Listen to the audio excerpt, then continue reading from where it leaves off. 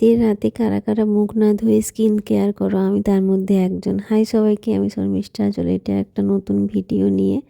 দেখো, রাত্রেবেলা আমি সেদিন স্কিন কেয়ার করছিলাম আজকে, সেটাই ভাবলাম তোমাদের সাথে শেয়ার করি। আর আমি সবসময় না এরকম একটা কাঠের চিরুনি ইউজ করি চুলের জন্য।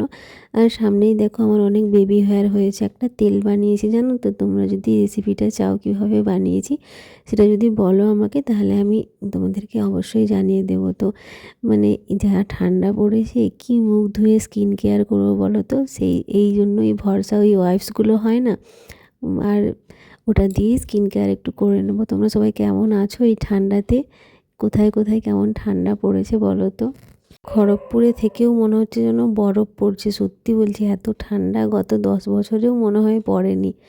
যা বলছে রেকর্ড আর কি, মানে রেকর্ড ব্রেক হয়ে গেল আর কি। তো আমি সেদিন ভাবলাম একটু স্কিন কেয়ার করছিলাম, সেটাই ভাবলাম তোমাদের সাথে শেয়ার করি। তোমাদের যদি আমার এই ছোটো ছোটো মিনি ব্লগগুলো ভালো লাগে, অবশ্যই পাশে থেকো।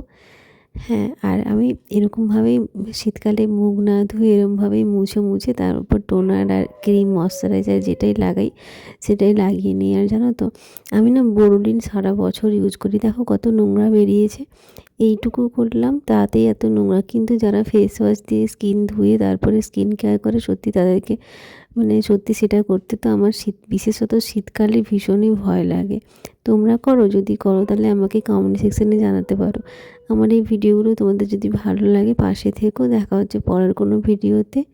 আজ তাহলে আসি। তোমরাও এরকম নিজেদের স্কিন কেয়ার ছোটোখাটো করতেই পারো, নিজেদের একটু নিজেকে ভালো রাখার জন্য। সেটাই ভাবলাম আজকে আমি করলাম, সেটাই ভাবলাম তোমাদের সাথে শেয়ার করি। তো কেমন লাগলো ভিডিওটা? ভালো ভালো যদি লাগে তাহলে পাশে থেকো। আর যদি ফেসবুক থেকে দেখো ফলো করে দিও, যদি ইউটিউব থেকে দেখো আমাকে সাবস্ক্রাইব করে দিও। দেখা হচ্ছে পরের কোনো নতুন ভিডিওতে।